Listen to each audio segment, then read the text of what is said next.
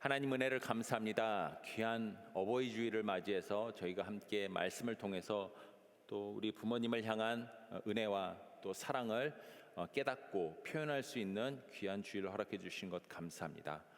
평소에 우리 부모님 잘 공경하고 사랑하는 우리 모두가 될 수 있도록 인도해 주시옵소서. 특별히 오늘 귀한 말씀을 통해서 왜 하나님께서 우리에게 부모를 공경하라고 명령하셨는가, 그 참 의미를 깨닫고 이 말씀에 순종하는 우리 모든 청년들이 될 수 있도록 인도해 주시옵소서. 예수님의 이름으로 기도했습니다.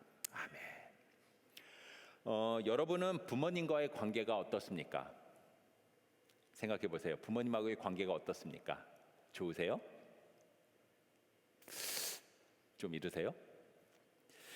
자, 2021년도에 남녀 287명을 대상으로 해서 그 부모님에 대한 한 설문조사를 했는데요. 질문이 이거였어요. 부모님에게 가장 서운했던 순간은 언제입니까? 라는 그 질문을 가지고 설문조사를 했습니다. 한번 생각해 보세요. 자, 6위 뭔지 아세요? 약속을 부모님이 지키지 않을 때 서운하다고 합니다. 여러분의 부모님은 여러분에게 약속을 잘 지키시는 분이셨습니까? 자, 5위 심한 잔소리를 들을 때 서운했다고 합니다. 자, 4위 부모님이 내 편을 들어주지 않을 때. 이거 특히 내가 누구 친구하고 싸우거나 이러고 왔을 때 너는 내가 너 안 봐도 비디오야, 이래 내 편을 안 들어주는 거예요. 그죠? 서운해요. 그런 경험 있으세요? 이거는 부모님한테만 느끼는 거 아니죠. 예, 주위에 있는 가까운 사람한테도 느낄 수 있는 서운함이에요. 자, 3위 내가 말할 때 내 말에 귀 기울여 듣지 않을 때, 건성으로 들을 때. 참 서운해요. 그죠? 두 번째 2위입니다. 내 말을 믿지 않을 때. 서운해요. 부모님한테 내가 이렇다고 얘기를 했는데 콩으로 매주를 쏜다고 얘기를 했는데도 불구하고 부모님이 내 말을 어이구 이러면서 믿지를 않아요. 참 서운하죠. 자, 그러면 1위, 대망의 1위, 부모님에게 가장 서운함을 느낄 때가 언제일 것 같습니까? 1위는 다른 사람과 비교할 때, 소위 말하는 엄친딸, 엄친아와 나를 비교할 때, 부모님이 비교할 때 굉장히 서운하다고 얘기를 하는데 무려 응답자의 4분의 1이나 되는 4분의 1이 넘는 27%가 그렇게 얘기를 했대요. 혹시 이런 부분에 대해서 어렸을 때 부모님한테 상처받거나 좀 서운했던 분들 계세요? 이 말에 그냥 시큰둥한 반응을 보이는 분들이 있어요. 그 참 좋은 반응이에요. 네, 참 좋은 반응이에요. 부모님한테 그런 비교를 당하고 살지 않았다라는 뜻이죠.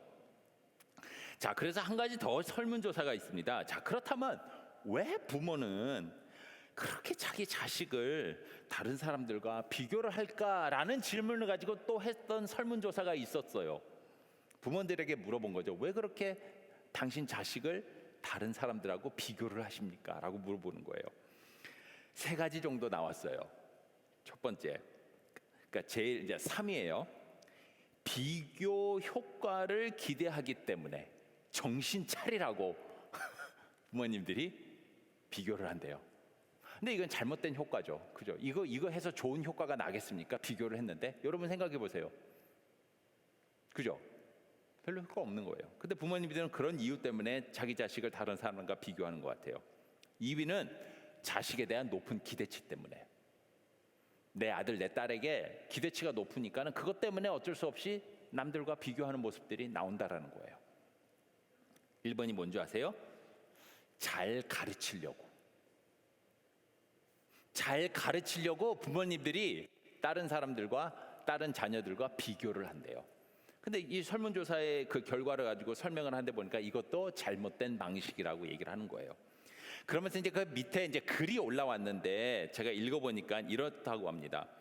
비교하는 방식이 잘못된 것임을 알매도 불구하고 자극적인 방법을 통해서 제발 좀 정신 차리라고 하는 감정에 앞서는 잘못된 훈육 방식 때문에 자녀를 다른 사람들과 비교한다라고 얘기를 하는 거예요. 특히 이런 부모의 어떤 이 비교하는 어떤 모습들은 한국 문화에 좀 더 독특하다고 합니다. 한국 문화에서 부모님들이 좀 더 이게 심하다고 얘기를 해요. 본받으란 얘기 아니에요. 무슨 말인지 아시겠죠? 자, 제가 청년들하고 만나서 이야기를 나눌 때 보게 되면 많은 고민들을 청년들이 얘기를 하지만 그 중에 참 많은 고민 중에 하나가 뭐냐면 부모님과의 관계에 대한 고민을 얘기하는 청년들이 있어요. 안타깝죠. 이런저런 이유 때문에 어릴 때부터 상처를 받거나 아직 치유되지 않았던 부모님에 대한 어떤 어려움 때문에 관계가 고민이 됩니다라고 얘기하는 청년들이 꽤 많아요. 자, 근데 오늘 본문에서는 하나님께서 우리에게 부모님에 향하여 어떻게 하라라고 명령을 하고 있습니까? 1절과 2절이에요. 자녀들아, 주 안에서 너희 부모에게 순종하라. 내 아버지와 어머니를 공경하라 라고 얘기를 하고 있는 것이죠. 이 명령에 대해서 여러분 어떤 느낌을 받으십니까? 어떤 청년들에게는 이 명령이 좀 어려울 수 있겠다라는 생각이 들어요.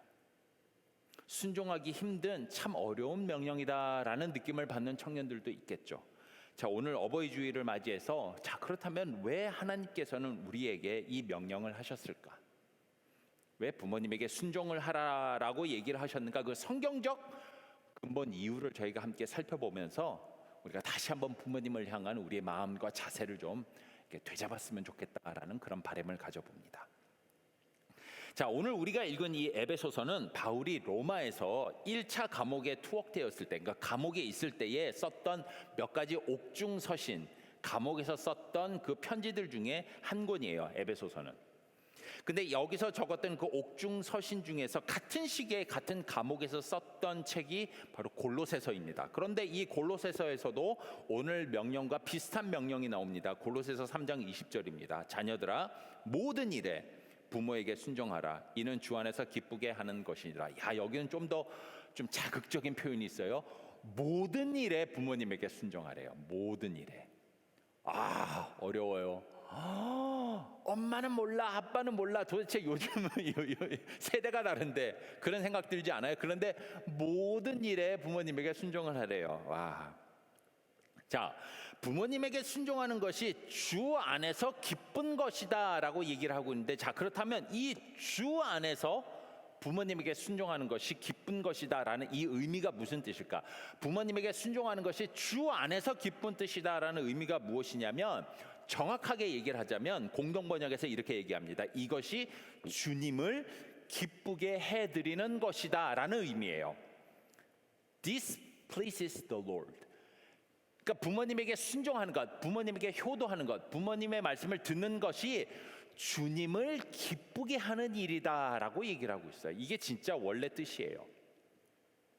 자, 그러니까 같은 시기에 같은 장소에서 두 교회에 쓴 옥중서신에 있는 같은 명령을 우리가 종합해 보자면은, 자녀들이 부모님에게 순종하는 것은 첫 번째로는 하나님을 기쁘시게 하는 일이며, 또한 십계명에 있을 정도로 엄청나게 중요한 명령이고, 이 말씀을 지켰을 때는 그에 합당한 보상이 우리에게 주어진다라는 사실을 우리가 알 수 있어요. 어떤 보상일까요? 그죠? 잘 된대요. 이 땅에서 잘 된대요. 그리고 장수한대요. 오래오래 산대요.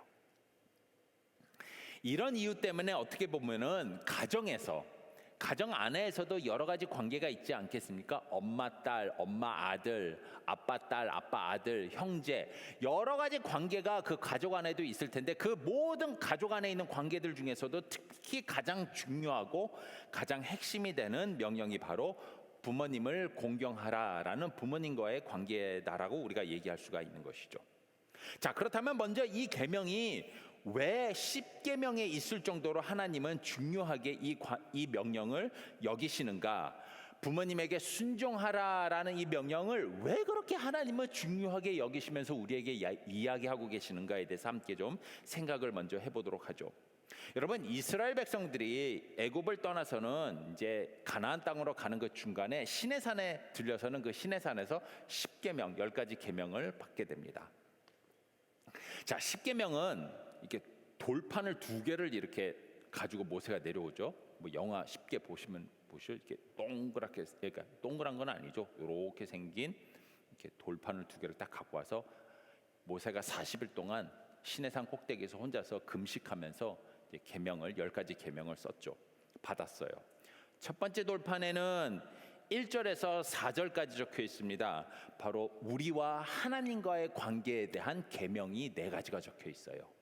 그리고 두 번째 돌판에는 사람과 사람, 이웃과 이웃 관계 속에서 지켜야 될 6가지 계명들이 5계명에서 10계명이 적혀 있다라는 것이죠.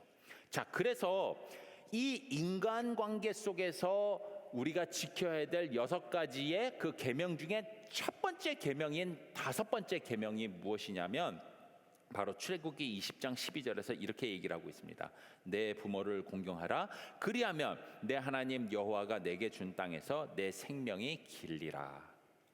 그러니까 이것이 약속에 있는 첫 번째 계명이다라고 얘기했었던 오늘 본문에서 말하고 있는 의미가 무엇이냐면 인간관계를 얘기하고 있는 10계명 중에서 너와 이웃과의 관계에서 지켜야 될 그 6가지 계명 중에서 첫 번째 되는 5계명이 무엇이냐? 바로 나와 부모님과의 관계를 얘기를 하고 있는 아주 중요한 계명이다라고 얘기를 하고 있다라는 의미인 거예요. 자, 그래서 자식과 부모의 관계는 모든 인간 관계의 최우선이 되며 가장 기초가 되는 관계다라는 것을 우리가 10계명을 통해서 알 수가 있다라는 거예요. 내가 부모님과의 관계가 어떤지를 보면 그 사람이 다른 사람들과 어떤 관계를 맺는가에 대해서 어느 정도 알 수가 있어요. 왜냐하면 생각을 해보세요. 여러분이 세상에 태어났을 때 제일 먼저 이 세상에서 갖게 되는 첫 번째 관계가 누구와의 관계예요? 그죠? 어머니와의 관계예요. 아버지와의 관계예요. 부모와의 관계예요. 그리고 그 관계를 통해서 다른 사람들과 어떤 관계를 맺어야 되는가에 대해서 배우게 된다라는 거예요. 여러분, 다른 계명들, 10계명에서 다른 계명들은 그냥 이 계명을 지켜라라고 얘기를 하고 있어요. 자, 그런데 유일하게 내 부모를 공경하라라는 명령에는 그 명령을 지켰을 때 주어지는 축복이 무엇인지에 대해서 하나님께서 약속을 주고 계신다라는 거예요.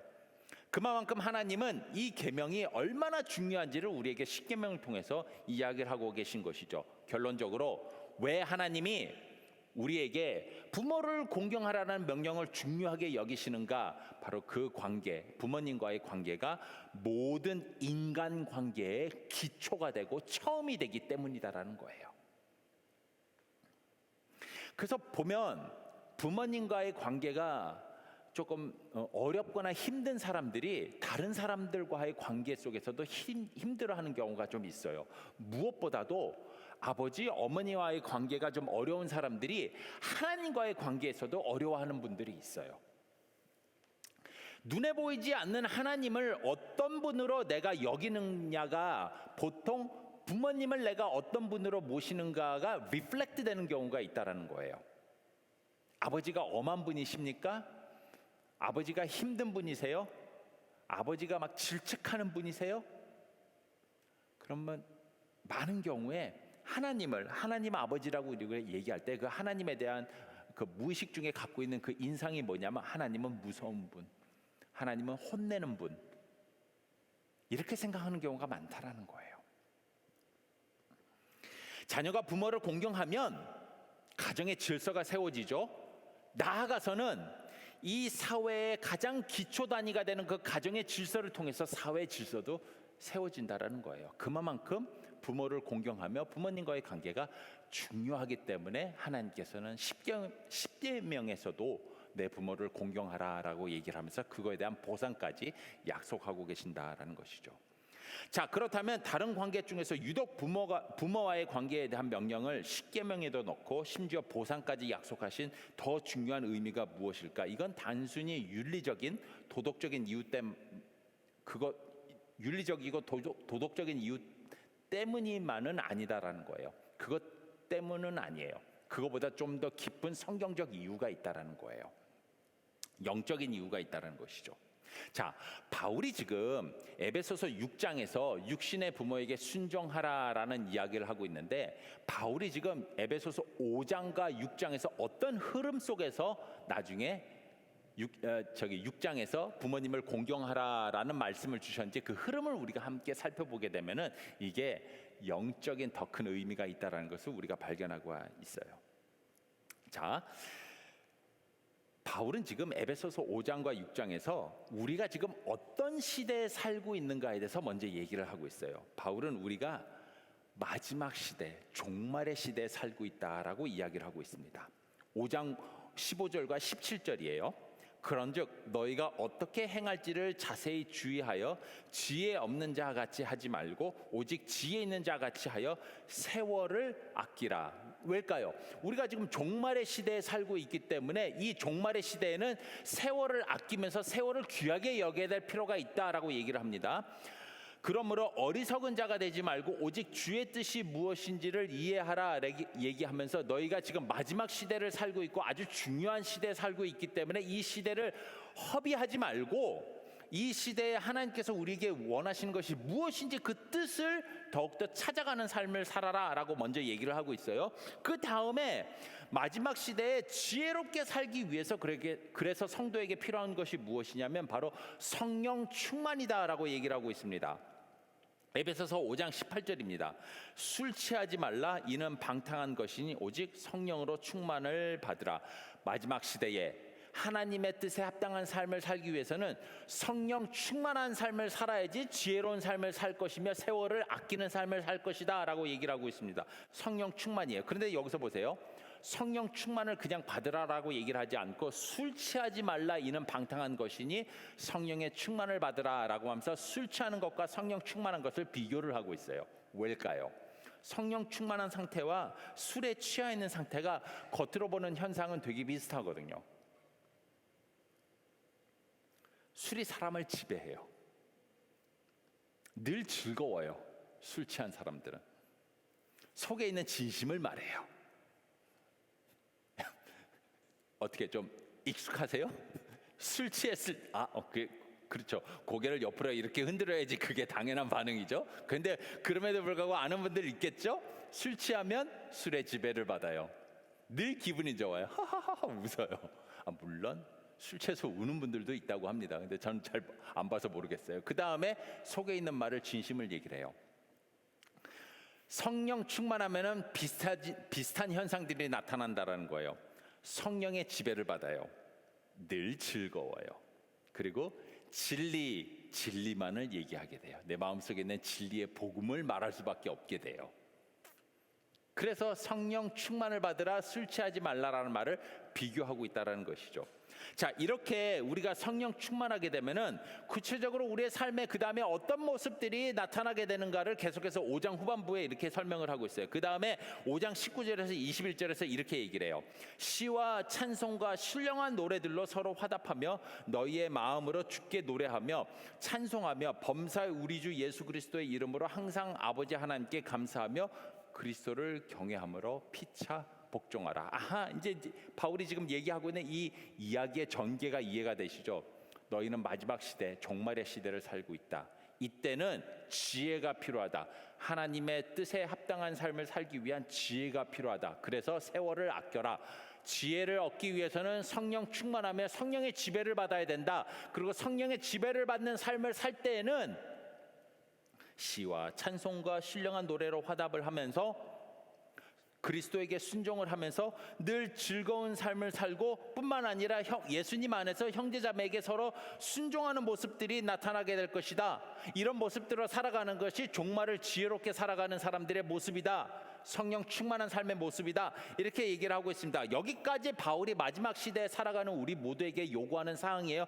그 다음에 그러면 너희들의 성령 충만을 받기 위해서는 어떻게 해야 되는가? 성령의 인도를 받고 지배를 받기 위해서는 어떻게 해야 되는가에 대해서 얘기를 하면서 6장 1절로 넘어가면서 이 말이 바로 나오는 거예요. 6장 1절입니다. 다 같이 함께 읽습니다. 시작. 자녀들아, 주 안에서 너희 부모에게 순종하라. 이것이 옳으니라. 이제 이 흐름을 아시겠어요? 바울이 뭘 얘기하는지? 그럼 구체적으로 성령 충만함을 받아서 성령을 지배를 받는 삶을 어떻게 살 수 있냐라는 거예요. 부모에게 순종하는 모습을 통해서 성령에게 인도함을 받고 지배를 받는 삶을 살 수 있다라는 거예요. 궁극적으로 눈에 보이지 않는 하나님과 성령님에게 순종하는 삶은 눈에 보이는 부모님에게 순종하는 것을 통해서 이루어진다라는 거예요. 이게 영적인 의미예요. 아시겠습니까?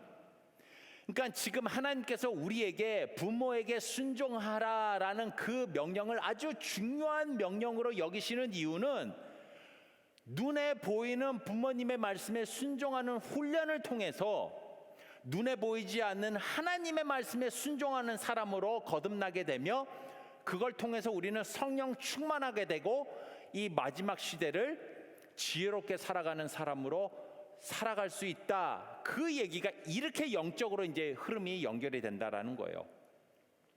그만큼 육신의 부모에게 순종하는 이 훈련이 얼마나 중요한 훈련인지를 영적으로 이렇게 바울은 에베소서 5장과 6장에서 설명을 하고 있다라는 것이죠.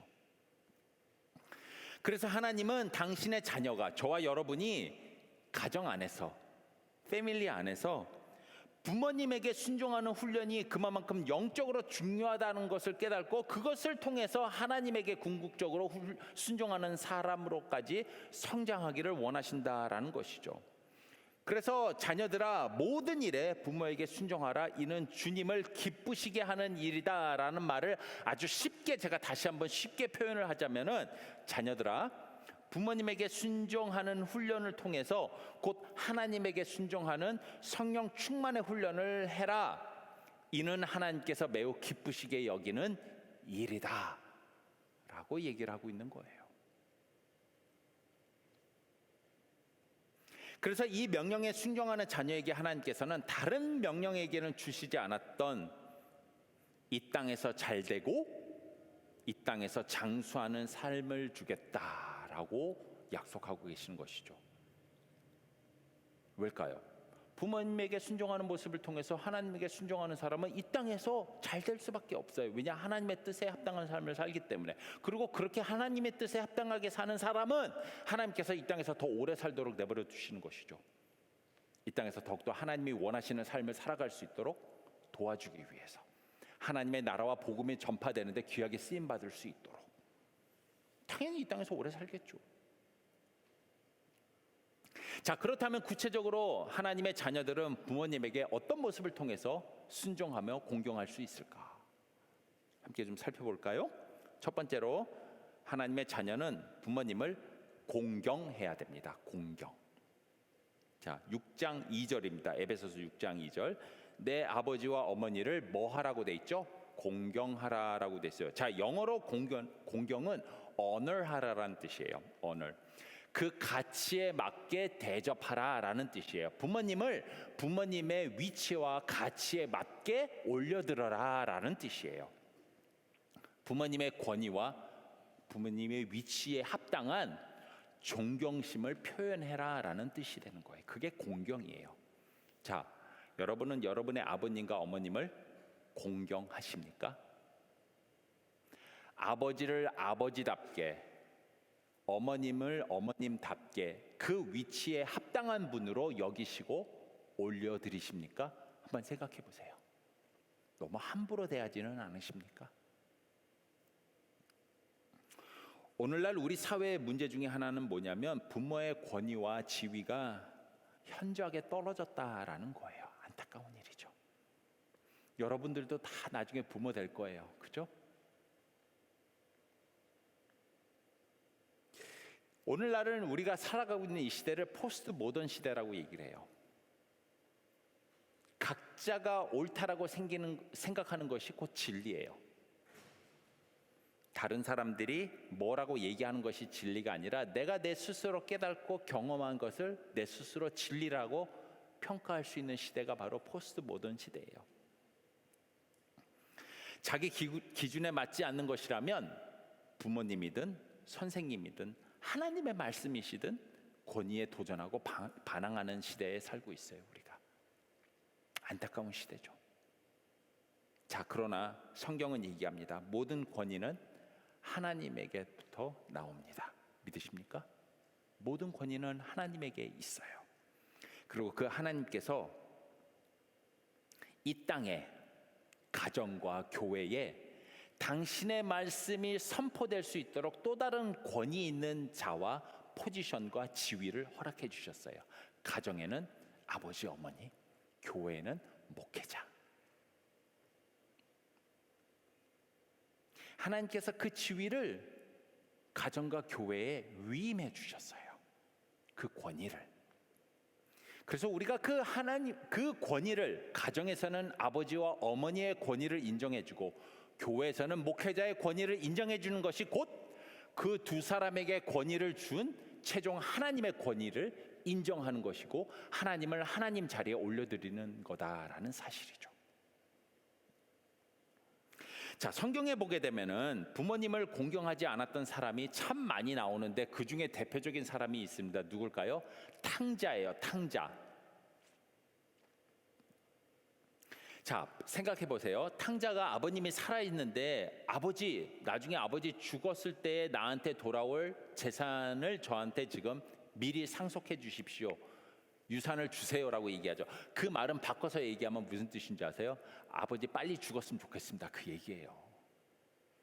아버지 죽은 다음에 받을 수 있는 유산을 지금 달라는 얘기는 뭐냐면 아버지 지금 빨리 내가 그냥 아버지 그냥 죽었다라고 여기겠습니다. 그 얘기예요. 아버지의 위치와 권위를 인정하지 않는 거예요. 부모님의 가치를 인정하지 않는 이 탕자의 모습에 그래도 아버지는 유산을 줘요.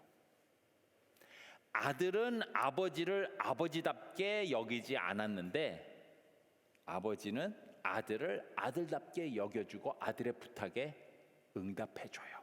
그리고 나중에 그 아들이 재산을 다 탕진하고 집으로 돌아왔을 때에 화를 내지 않고 아버지는 still 아들을 아들답게 여겨줘요. 자, 여기서 공경의 차이점이 나오죠. 아들은 아버지를 공경하지 않았지만 아버지는 아들을 공경해요. 그 사람의 위치와 지위에 맞는 대접을 했다라는 뜻이에요. 반면에 부모님을 공경하고 부모님의 권위를 인정하면서 결국 그것이 하나님을 공경하고 하나님에게 순종하는 그 삶을 살았던 대표적인 인물도 한 명 나오죠. 누굽니까? 바로 롯이에요. 자, 시어머니를 향한 며느리의 공경이 여기서 아주 아름다운 모습으로 등장하고 있습니다. 여러분, 남편이 죽었어요. 시어머니는 고향으로 돌아가라 그래요. 근데 며느리는 끝까지 시어머니를 공경하겠다고 하면서 시어머니 옆에 남아요. 부모님을 공경하겠다라고 옆에 남아요. 그러면서 이렇게 고백을 해요. 어머니의 백성이 나의 백성이 되고 어머니의 하나님이 나의 하나님이 되리이다. 내가 죽는 일 외에 어머니와 떠나면 여호와께서 내게 벌을 내리시고 더 내리시기를 원합니다. 뭐예요? 부모님을 공경하는 것, 시어머니를 공경하는 것이 곧 하나님을 공경하는 것이다라고 이 며느리가 들리세요? 잠깐 끊겼네.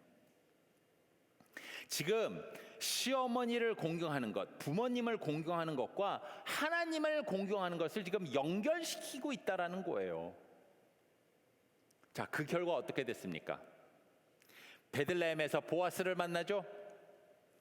어머니의 코칭에 힘입어서 결혼을 하게 됩니다. 그 마을에서 가장 부자인 남자와 결혼을 하게 됩니다. 아이를 낳습니다.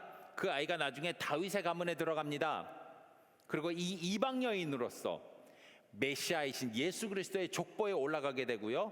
드디어 인류를 구원하는 하나님의 구원 역사에 귀하게 쓰임 받는 사람으로 성장하게 되었다라는 것이죠. 부모님 공경했는데 하나님의 뜻에 순종하는 사람으로 나갔다라는 것이죠. 이처럼 부모님은 우리 가정에게 하나님께서 부여해 주신 그의 권위를 위임받은 아주 중요한 분이십니다. 그래서 그분을 가치를 인정해주고 그분의 그분 되심을 높여드리는 것이 곧 하나님께서 우리에게 원하시는 부모님을 공경하는 태도다라는 것이죠. 한번 여러분 생각해 보세요. 여러분은 부모님을 공경하십니까? 아버지를 아버지로서, 어머니를 어머니로서 높여드리고 계십니까? 본인의 태도를 함께 한번 좀 돌아보는 시간을 가졌으면 좋겠어요. 또한 두 번째로 부모님에게 순종하라라는 이 말씀의 구체적인 그 우리의 삶의 행동은 무엇으로 나타나야 될까요? 순종하는 모습으로 나타나야 된다라고 얘기를 합니다. 6장 1절에 또 이렇게 나옵니다. 자녀들아 주 안에서 너희 부모에게 순종하라. 영어로 obey 하라는 뜻이죠. 헬라어로는요, 이 obey라는 이 원어적 단어가 두 단어가 합쳐졌는데요. 무슨 뜻이냐면 under이라는 뜻과 listen, 듣다라는 뜻이 두 단어가 합쳐진 합성어가 바로 여기서 말하는 obey, 순종이란 단어래요. 뭐죠? 그분 밑에서 그분의 말씀을 들어라라는 뜻이에요. 그 말씀을 듣고 듣는 것에서 그치는 것이 아니라 들은 말씀을 행동으로까지 옮겨라라는 의미가 바로 오베이의 진짜 원어적 의미예요. 마가복음 1장에 보게 되면은 예수님이 귀신 들린 사람에게 가서는 귀신을 쫓아내는 상황이 있습니다. 자, 그러자 그 모습을 본 사람들이 다음과 같이 얘기를 합니다. 마가복음 1장 27절입니다. 다 놀라 서로 물어 이르되 이는 어찌미냐 권위 있는 새 교훈이로다. 더러운 귀신들에게 명한즉 그 귀신들이 예수님의 말씀에 뭐 했다고요? 순종하였더라라고 얘기를 하고 있어요. 뭐죠? 귀신들이 예수님의 말씀을 그 밑에서 듣고는 그 말씀대로 행동으로 옮기는 모습이 나타났다라는 거예요. 이게 바로 자녀들이 부모님에게 해야 될 두 번째 효도의 모습이라는 거예요. 순종인 것이죠. 그분의 말씀을 밑에서 들었으면 그 말씀을 듣고 행동으로 옮겨라라는 의미가 되는 것이죠. 자, 이런 순종의 모습은요, 예수님에게서도 우리가 찾아볼 수가 있어요. 여러분, 만유의 주세요. 이 땅을 창조하신 분이세요. 그런데 그분이 인간의 모습으로 이 땅에 내려오셨을 때에 자기를 낳아주신 자기의 부모 되신 요셉과 마리아에게 그분이 육신의 부모에게도 순종하는 모습을 보이셨어요. 예수님께서. 누가복음 2장 51절이에요. 예수께서 함께 내려가서 나사렛에 이르러 순종하여 부모님에게 순종하여 받드시더라. 그 어머니는 이 모든 말을 마음에 두니라. 아멘. 예수님도 순종하는 모습을 보이셨다는 거예요. 부모님 말씀을 듣고 그 말씀에 따라서 행동하는 모습을 보이셨다라는 것이죠. 이런 모습들이 결국 영적인 부모님이신 하나님의 말씀에 순종하는 모습으로까지 예수님의 삶이 성장했다는 거예요. 자기를 낳아주신 부모님의 말씀에 순종하는 모습이 결국 눈에 보이는 부모님의 말씀에 순종하는 모습이 눈에 보이지 않는 하나님의 말씀에까지 순종하는 모습으로 성장을 했어요. 마태복음 26장 39절이에요. 하나님의 뜻에 순종하는 예수님의 최종적인 모습이 여기서 나타나게 되는 것이죠. 조금 나아가사 얼굴을 땅에 대시고 엎드려 기도하여 이르되 내 아버지여 만일 할만하시거든 이 잔을 내게서 지나가게 하옵소서. 그러나 뭐라고 돼 있죠? 나의 원대로 마시옵고 아버지의 원대로 하옵소서. 부모님, 육신의 부모님에게 순종하며 그의 말씀을 따르던 삶이 나중에는 하나님의 말씀에 순종하며 그 말씀에 실천하고 따르는 삶으로까지 성장했다라는 것이죠. 이것이 바로 예수님의 삶을 통해서 우리가 배우게 되는 부모님을 향한 우리의 두 번째 공경의 모습, 순종이라는 거예요. 순종. 여러분, 우리가 잘 아는 그 이야기책 중에 정글북이라는 소설책이 있어요. 그죠? 여러분 잘 아실 거예요. 이 정글북을 쓴 그 작가가 바로 영국에 있는 루디어스 키플링이라는 작가라고 합니다. 이 사람이 대단한 작가예요. 영국 작가로서 최연소 노벨 문학상을 받은 작가였어요. 이 사람이 쓴 작은 책이 하나 있어요.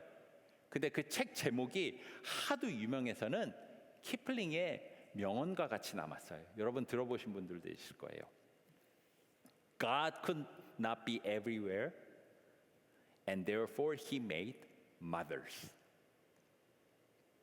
신은 모든 곳에 있을 수 없기에 어머니를 허락하셨다.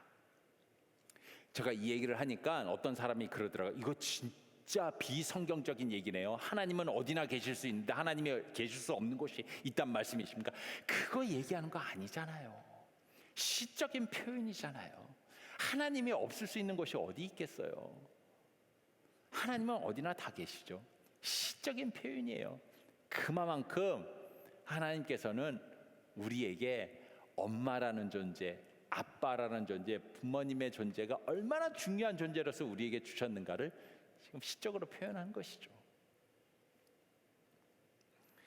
하나님께서는 저와 여러분에게 부모님을 통해서 당신이 우리에게 어떤 분이 되시는가를 보여주고 계세요. 아버지를 통해서 하나님은 우리에게 은혜를 주시는 아버지 된다라는 사실을 보여주고 계세요. 우리의 어머니를 통해서 하나님은 우리에게 사랑을 부어주시는 어머니와 같은 존재가 된다라는 사실을 보여주고 계신다라는 거예요. 우리의 육신의 부모님이 그 정도로 우리에게는 소중한 존재다라고 이야기를 하고 있습니다. 그래서 너희 부모님에게 모든 일에 순종해라. 왜냐? 그것이 하나님을 기쁘시게 하는 일이다라고 얘기를 하고 있는 것입니다. 제가 설교 준비하다가 영상을 하나 봤는데 너무 감동이 됐었어요.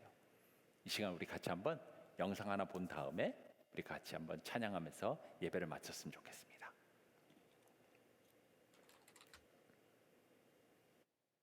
Just give me 1 second. Thank Sure. you. Sorry.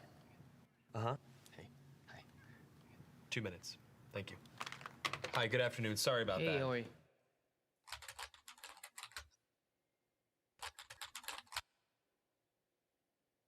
Hi, nice to Hi. meet you. Nice to meet you as well. Have you ever done one of these interviews over the camera before? No. Well, let me tell you a little bit about the job to get started with. It's not just a job. It's sort of probably the most important job.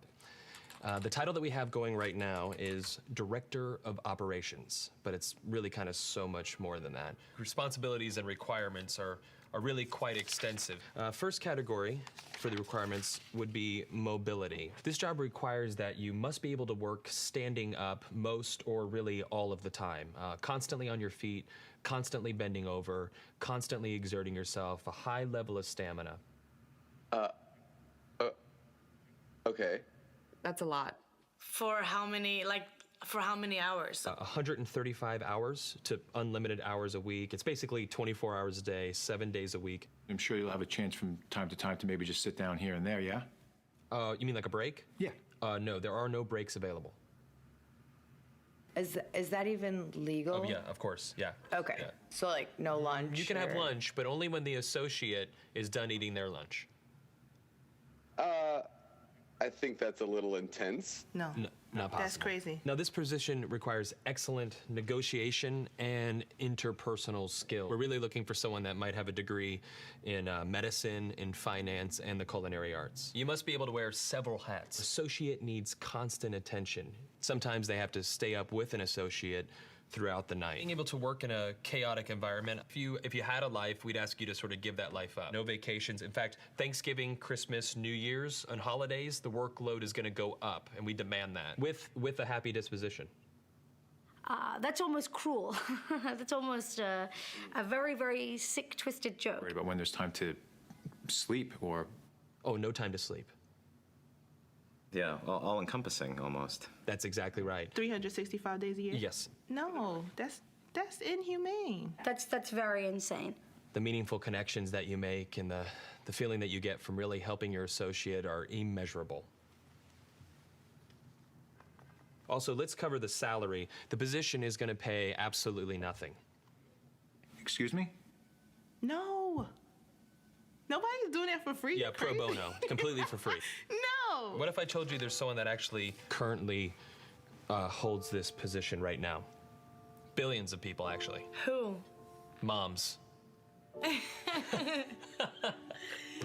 Yeah. Yeah. Moms. That's awesome. Oh. And they meet every requirement, don't they? Wow. Oh my God. Moms are the best. Yeah, there's no pay. They're 24 hours. They're always there. Now I'm thinking about my mom. Yeah, and what are you thinking about her? I'm thinking about all those nights and everything. Thank you so much for everything you do. I know it doesn't seem like I appreciate all of it, but I definitely do. So, Mom, I want to say thank you for everything that you've done. I love you very much. You've been there through thick and thin.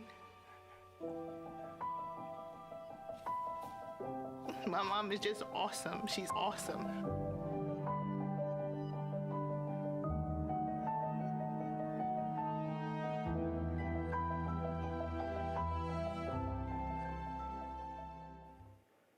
어떠세요? 어떤 분들은 내가 앞으로 이제 결혼한 다음에 이 직업을 내가 가져야 되는구나 미리 겁먹으시는 분들이 계시는 것 같은데 그럴 필요 없어요. 받은 사랑만큼 올라오세요, 차장님. 네. 받은 사랑만큼 다시 돌려주는 거예요. 자, 저 보세요. 다 저 보세요. 오늘 마더스데이입니다. 여러분은 부모님에게 어떤 사랑을 표현하시겠습니까? 오늘 마더스데이지만 어버이줄입니다. 아버지에게 우리가 어떤 사랑을 표현하시겠습니까? 저는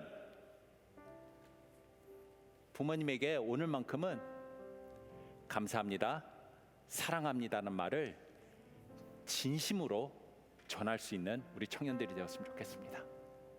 생각해 보세요. 우리 아버지 어머니가 나를 위해서 지금까지 어떻게 살아오셨는지. 왜 그러셨을 것 같으세요? 왜 그러셨을 것 같으세요? 저도 잠깐 울컥하는데 여러분, 엄마가 처음이에요. 아빠도 아빠가 처음이에요. 엄마 아빠 되는 거 연습 없어요. 그래서 좀 미숙할 때가 있었을 거예요. 그리고 그 미숙함이 때로는 나에게 상처가 됐을 수도 있어요. 그런데 그 상처 하나님이 아세요. 예수님이 아세요. 그분께서 우리에게 오늘 말씀해 주세요. 내가 네 상처 안다. 그럼에도 불구하고 나의 사랑과 은혜를 너에게 표현하기 위해서 너에게 부모, 아빠, 엄마를 허락해 주셨다.